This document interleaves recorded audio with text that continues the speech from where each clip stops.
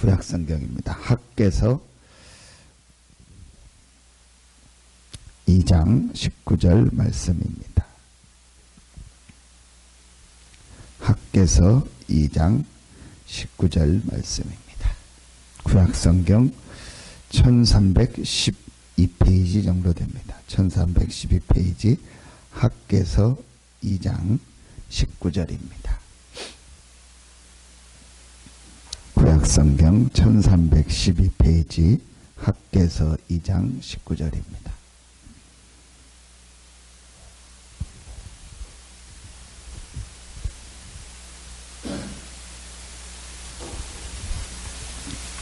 학개서 2장 19절입니다. 같이 한 목소리로 합독하겠습니다. 곡식 종자가 아직도 창고에 있느냐? 포도나무, 무화과나무, 석류나무, 감람나무의 열매가 맺지 못하였느니라. 그러나 오늘부터는 내가 너희에게 복을 주리라. 아멘. 저는 제일 신앙생활 할 때 신앙생활 하는 분들에게 또 이렇게 같이 성경 공부하는 분에게 제일 강조하는 부분의 첫 번째가 성경은 육신적 내용을 위해서 기록한 책이 아니다. 지금 당신이 신앙생활 하는 이유는, 목적은 육신의 것을 얻으려고 하는 게 아니다. 지금 당신에게 진짜 중요한 것은 육신의 것이 아니다. 정말 당신을 살리고 싶냐? 당신 자신이 살고 싶냐? 정말 당신이 당신 가정을 살리고 싶고 자녀를 살리고 싶고 당신에 있는 현장을 살리고 싶냐? 그러면 육신의 것을 먼저 하지 마라. 그 얘기를 가장 많이 하고 가장 중요하게 강조합니다. 왜냐? 성경이 그걸 말하고 있기 때문에. 성경은 육신의 것 때문에 주신 책이 아닙니다. 성경은 육신의 문제를 말하고 있지 않습니다. 육신적인 것이 필요 없다고 하면은 그건 잘못된 겁니다. 성경은 육신적인 것도 말하고 있고 육신적인 부분도 기록되어 있습니다. 그러나 성경의 가장 중요한 목적, 성경을 주신 이유가 육신의 것만을 위해서 주신 게 아니라는 거예요. 여러분요, 이 부분이 얼만큼 실제적으로 이해되느냐가 사실은 가장 중요한 부분이거든요. 그러면은 무엇을 말하고 있느냐? 성경은 육신도 있고 육신적인 것도 필요하지만 성경은 눈에 안 보이는 영원한 부분을 말하고 있다. 그게 바로 영적인 사실이다. 그게 바로 눈에 안 보이는 영적 세계에 대해서 말하고 있다. 영원하기 때문에. 여러분이요, 여러분이 오늘 이 새벽에 기도할 때도 이 부분을 실제로 아느냐 모르느냐가 기도하는 여러분이요, 이 시간이 달라지고 여러분이요, 기도할 때 모든 게 달라집니다.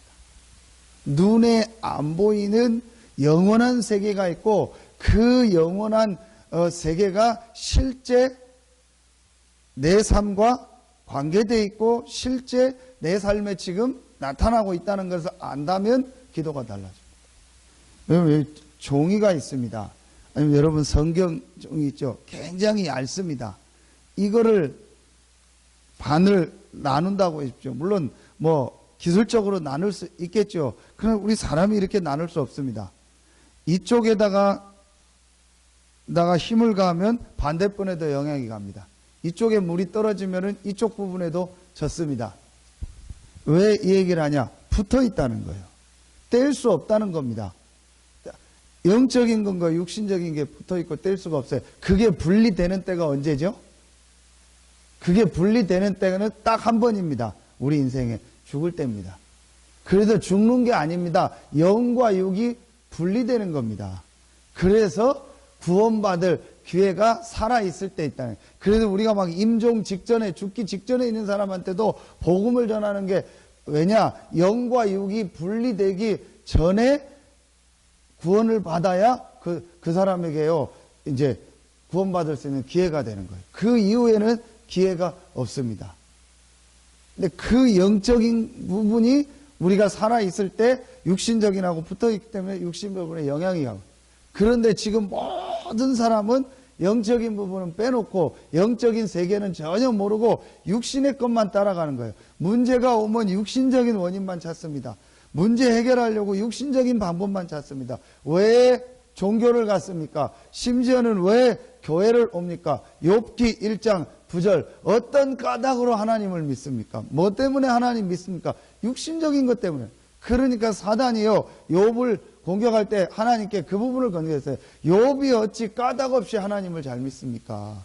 육신적 축복을 많이 줬으니까 하나님을 믿는 거 아닙니까? 그거를 다 뺏어가 보십시오. 하나님을 믿나? 그런데 욥은요 진짜 하나님을 믿은 사람이요. 육신적 까닭 때문에 하나님을 믿은 게 아니고요. 이 영원한 세계, 영적인 사실을 알고 있었던 사람이 욥입니다. 그래서 욥기 19장 26절에 보면 욥이 뭐라고 고백하죠? 이번 주가 욥의 구원관 아닙니까? 여러분 구원이 뭡니까? 물론 우리의 육신적인 부분도 포함이 됩니다. 나중에 부활이 있으니까. 그러나 더 중요한 것은요 우리의 영적인 부분입니다. 우리의 영이 구원받고 하나님의 자녀가 되는 것이 이제 실제 구원이거든요. 근데 이 구원관을 욥이 확실히 갖고 있었어요.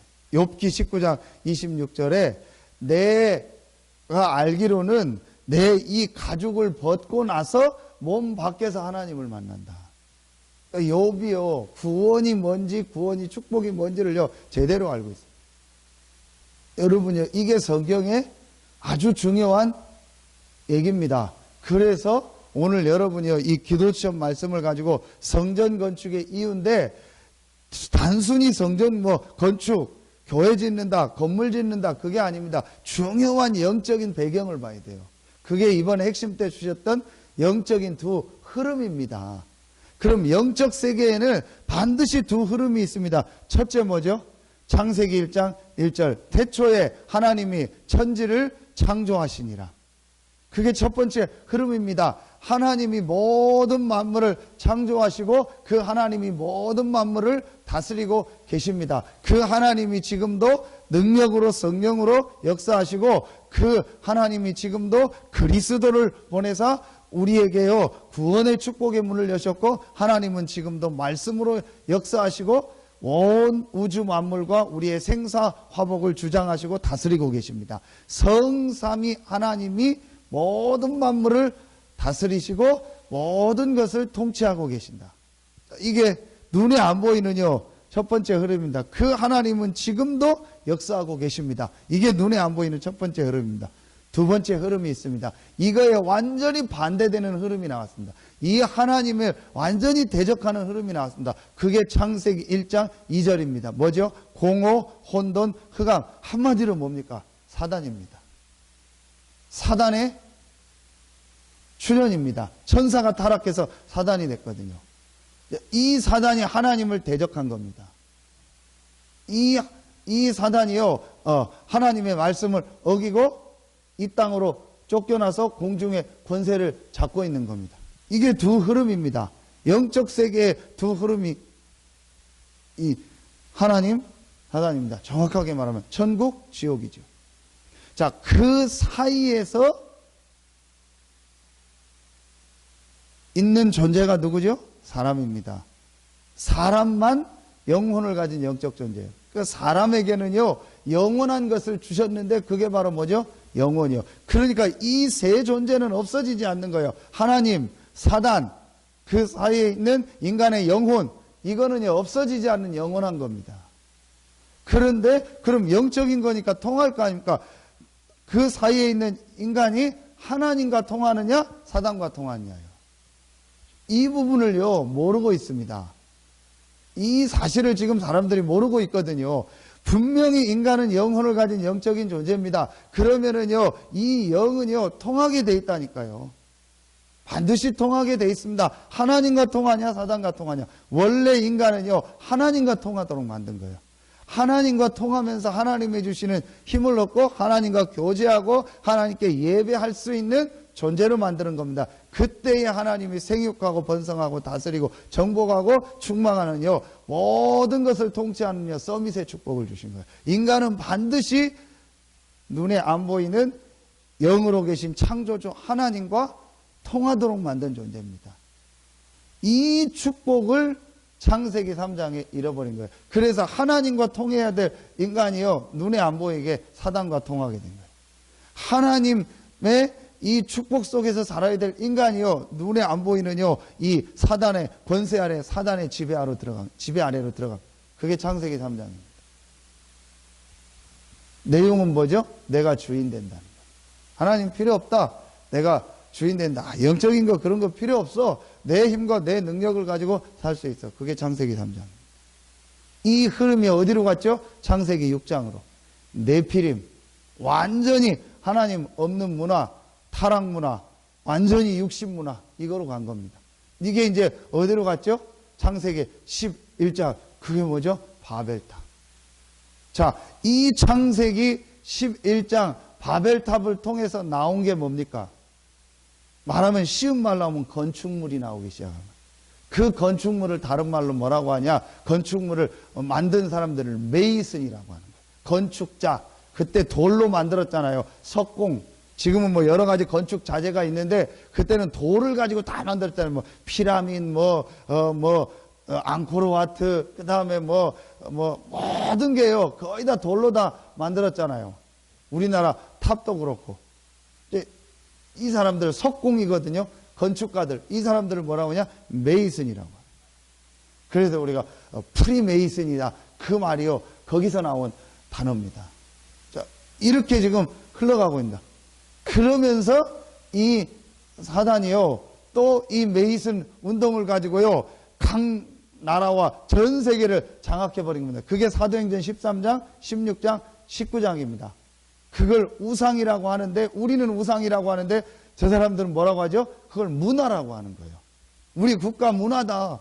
우리 유산이다. 그걸 만든 겁니다. 특별히 옛날엔 누가요? 왕이. 왕이 굉장한 상징물 자기 걸 나타내고 국민들의 정신을 모으기 위해서 큰 문화재 같은 거를 만든 겁니다. 그게 바로 우상입니다. 거기에 사람들을 많이 모이게 하고 거기 와서 절하게 하고 거기에요 많은 것들을 오게 한 겁니다. 그러니까 경제가 따라오고 사람들이 많이 모이니까 정치적인 게 따라오잖아요. 그러니까 그게요 그 나라의 중심이 돼버려요. 온 나라가 온 백성이. 우리나라도요 고려시대 때 뭘 했죠? 불교 아닙니까? 조선시대 때 뭡니까? 유교입니다. 그래서 막 곳곳마다 고려시대 때 뭐예요? 절을 지었잖아요. 지금 우리나라에 있는 대부분의 절이요, 거의 다요, 그때부터 내려서 한국시대 거지만. 조선시대는 뭐죠? 곳곳마다 막 그 사당을 만들잖아요. 유교 서원을 만들고, 그 서산에도 보면 뭐 성암서원 뭐 이런 서원들 있잖아요. 그게 전부 곳곳마다 말하면 모여서요, 무상숭배하고 제사 지내는요, 그겁니다. 이런 식으로 만들어가지고 간 겁니다. 그 결과는 어떻게 됩니까? 결국은 망했잖아요. 결국은 다 망했잖아요. 결국은요, 국가 망하고요, 개인 망했잖아요. 그래서 오늘 기도처 메시지가 그겁니다. 이집트, 바벨론, 아수르, 그 다음에 블레셋, 그리고 로마. 이번 주일 2부 메시지 엘리사가 뭐죠? 아하방, 아랍나라, 전부 다 그러니요, 우상문화입니다. 이 영적인 흐름을 모르는 거예요. 사람들을. 그러니까 우상을 섬기니까 그거를 가지고 통치하는 왕도 모르는 거예요. 이걸 만들고 탑을 세우고 건물을 세울 때 그걸 섬길 때 그 배후에 누가 역사한지 그걸 만들도록 한 게 누군지 여러분이요. 앙코르와트를요 가서 볼 때마다요 느끼는 게 도대체 이걸 어떻게 만들었냐. 도저히 이해가 안 가는데요. 그걸 만들어요. 엄청나게 많은 사람이 동원돼서요. 엄청나게 많은 사람이 죽었습니다. 그런데요. 지금 봐도요. 지금 학자들이 보고 건축학자들이 봐도요. 완벽하게 만들어 놓은 거예요. 지금부터요. 몇천 년 전에. 어떻게 이렇게 만듭니까? 그리고 왜 그걸 만들려고 한 겁니까? 사단의 역사입니다. 사단의 힘을 가지고 한 겁니다. 자, 여기에 지금 사람들이 어떻게 하죠? 말하면은요, 우리 말로 하면 헌신을 하고 헌금을 하는 겁니다. 여기에다가 막 내 생을 걸고요, 막 드리는 겁니다. 왜냐? 눈에 보이는 게 더 화려해 보이고, 눈에 보이는 게 더 강해 보이고, 실제 잠깐 그걸 했을 때 역사가 일어나니까 나중에 망하고 이 흑암의 역사가 뭔지를 모르니까요. 자, 여러분이요, 이 부분을 알아야 됩니다. 자, 여기에 반대되는 흐름이 나온 겁니다. 그게 바로 창세기 3장 15절입니다. 이 흐름을 탔던 중요한 인물이 나왔는데 그 인물이 누구죠? 모세입니다. 모세가 창세기 3장 15절에 언약을 붙잡은 겁니다. 그 모세에게 하나님이 가장 중요하게 두신 게 뭡니까? 두 가지입니다. 창세기 3장 18절 뭐를 해라? 희생제사, 피제사 드려라. 6월절. 그렇게 해서 나온 모세에게 가장 먼저 한 게 뭡니까? 모세와 이스라엘 백성에게 하라고 한 게 뭐죠?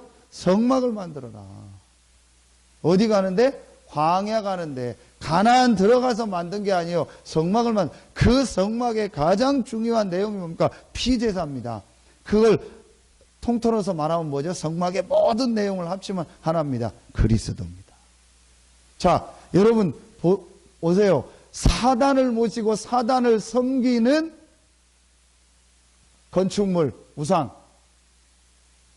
자, 그리스도의 축복을 누리고 하나님께 예배하고 하나님을 섬기는 건물, 성전. 이 흐름이 두 흐름이라니까요. 그런데 이 복음을 가지고 성전 운정을 했던 사람은 소수였습니다. 그래서 렘넌트라고. 자, 이 흐름이 또 어디로 연결됐죠? 그게 바로 사무엘과 다윗입니다. 그래서 다윗이 가장 마음에 품었던 게 뭐죠? 성전 회복입니다. 그 안에 뭘 갖다 놓죠? 언약궤. 그 언약궤가 어디 있었어요? 바로 그 좀 전에 앞에 얘기했던 모세가 만들었던 성막 안에 가장 중요한 센터 지성소에 뭐가 있었어요? 언약궤가 있었잖아요. 그 언약궤를 모실 성전을 짓는 거예요. 여러분이요, 자세히 보세요. 왜 메시지를 하냐? 안 들으신 분은 기도처 메시지를 다시 참고해서 들으세요. 여러분요, 이 흐름이 있는 겁니다. 자, 여기에 함께 이 흐름에 또 중요하게 포로됐다가 회복됐던 인물들이 누구죠? 그게 오늘 읽었던 학계, 그 다음에 나오는 스가랴, 그 앞에 중요한 역할을 했던 사람들이요, 에스라, 느헤미야, 이런 인물들. 이 사람들은 성전을 재건하는 일에 헌신했던, 하나님 여기에요, 가장 중요하게. 어느 정도 오늘 말씀을 하시냐? 그러나 오늘부터는 내가 너희에게 복을 주리라. 여러분이요, 왜 하나님이 굉장한 축복을 어떤 땐 주시고 어떤 땐 신자들에게 안 주시냐? 이 흐름을 알고 이 흐름을 탄 사람에게는요, 하나님 축복하신 거예요. 여러분, 지금 우리 신자들이 받는 축복은요, 일반적 축복입니다. 보세요. 여러분요, 하나님 안 믿어도 여러분 먹고 사는 그 정도 축복입니다. 그렇죠? 그리고 하나님 믿어도요, 지금 우리가 받는 축복이 어느 정도냐? 그냥 내 먹고 사는 정도요. 그런데 이 흑암의 흐름에서 흑암의 문화를 만들고요, 흑암의 성전을 짓는 우상을 짓는 사람들은요, 그 사람들은요, 완전히 지금요, 경제와 문화 모든 것을요, 다 장악해서요, 그거대로 가고 있습니다.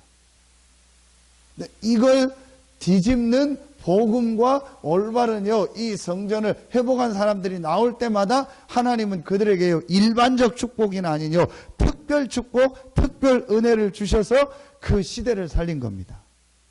여러분이요, 이걸 실제로 볼 수 있어야 돼요. 이 흐름이 마지막 세 번째 어디로 연결됐죠? 초대교회입니다. 초대교회는 뭐죠? 교회운동.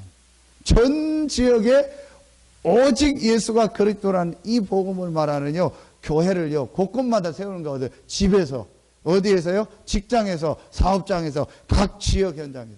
그러다가 이게 어떻게 됐죠? 빌립보 교회로, 데살로니가 교회로, 고린도 교회로, 로마 교회로, 그다음부터 이게요, 교회화가 됐고요. 전 세계에 이 복음 전하는 교회를. 이 일에 헌신했던 사람들이 한 명도 빠짐없이요, 서밋으로 축복받았어요. 그게 로마서 16장입니다. 완전히요, 여기에 올인한 사람. 여러분이 이 흐름을 보시라니까요. 그러면은 서산 지역에 흐름이 보이잖아요.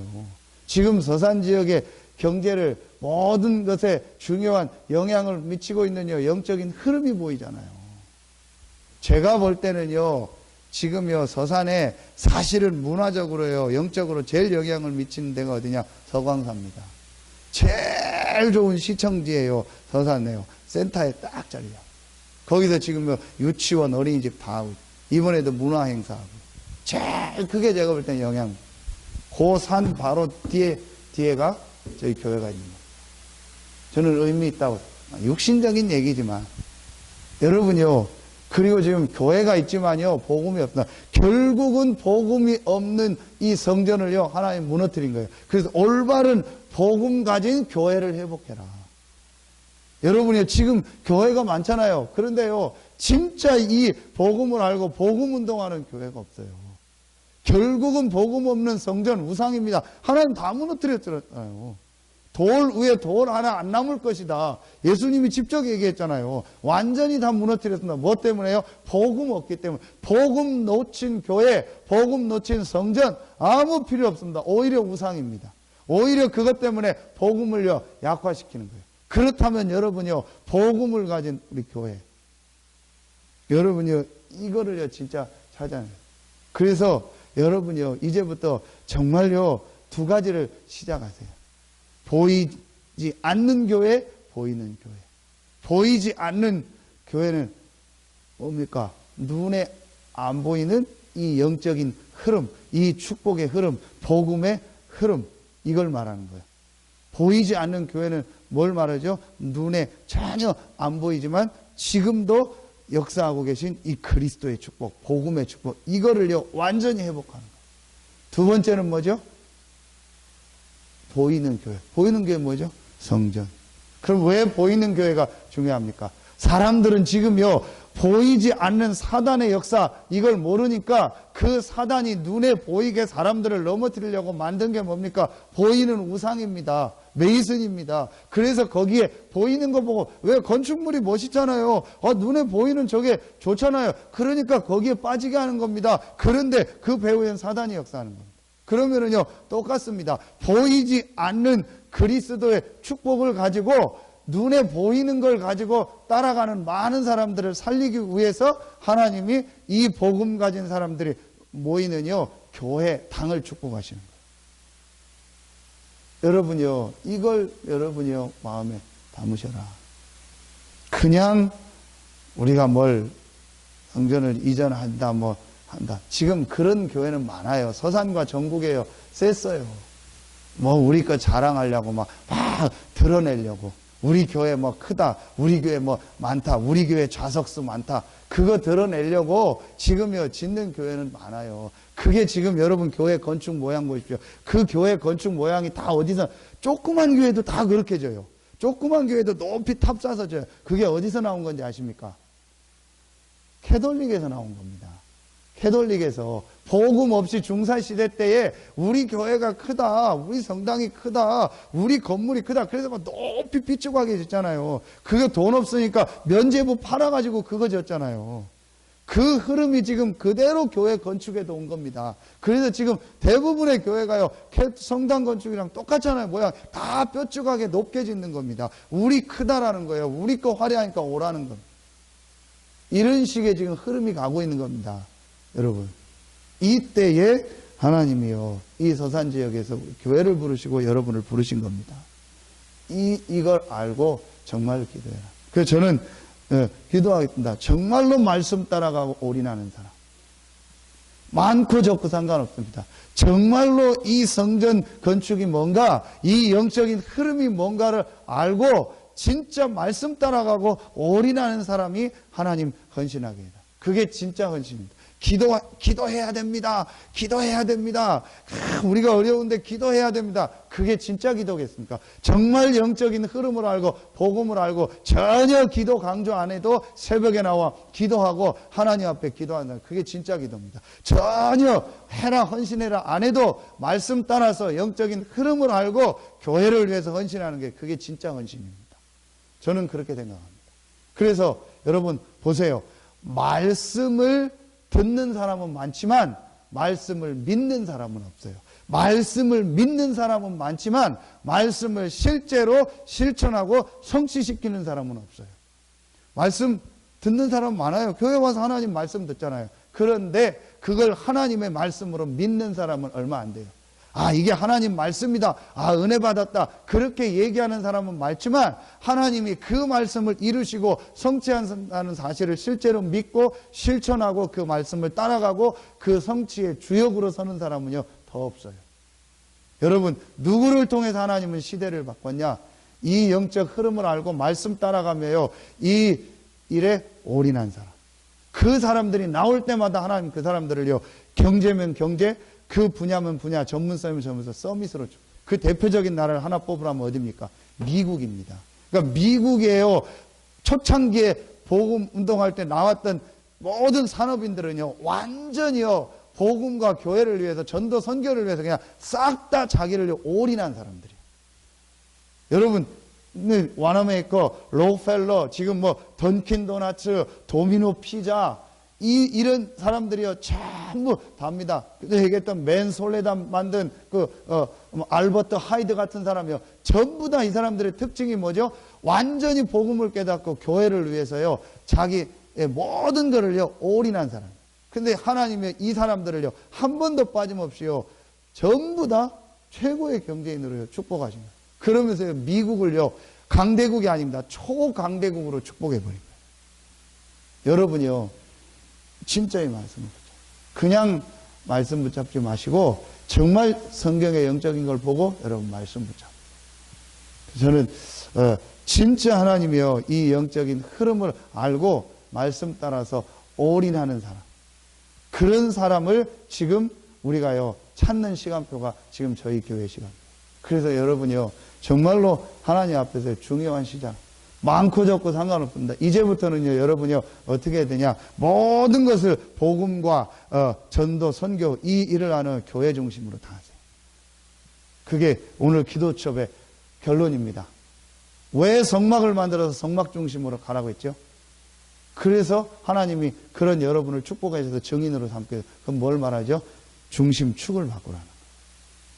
진짜 내 삶의 중심이 오직 그리스도, 오직 하나님, 오직 교회, 오직 전도, 선교. 그게 이번 주 강단 말씀 세 번째입니다. 1장 8절. 우리의 모든 삶의 중심을 바꿔라. 기도 제목이 뭡니까? 내 중심에 담은 거 아닙니까? 내 자녀가 잘 돼야 돼. 내 중심에 자녀가 있는 거예요. 나는 돈 벌어야 돼. 내 중심에 돈이 있는 겁니다. 너의 중심을 바꿔라. 오직 성령이 너희가 마시면 권능 받고 땅끝까지 이르는 내 증인이 되리라. 오직 성령 충만 받아 하나님이 주신 힘을 얻어 땅끝까지 복음 전하는 이희자 성도님, 왜 아침부터 저녁까지 저렇게 식당에 나가 수고하고 막 힘들게 하십니까? 하나밖에 없어요. 복음 전하는 거예요. 아멘입니까? 전도 선교, 이 그리스도를 말하는 것이다. 식당 많다. 그러나 전도 선교 때문에 복음을 가지고 하는 식당은 서산에 나밖에 없다. 하나님, 정말 나는요, 오직 복음, 오직 교회, 오직 전도 선교를 위해서 살겠습니다. 그럼 하나님이 못 먹게 하시나 잘 먹게 하시나, 육신적 표현으로 여러분 증인으로 서세요. 그런 여러분에게 하나님이 경제를 어렵게 하시나 넘치게 하시나 증인으로 서세요. 오늘부터는 내가 너희에게 복을 주리라.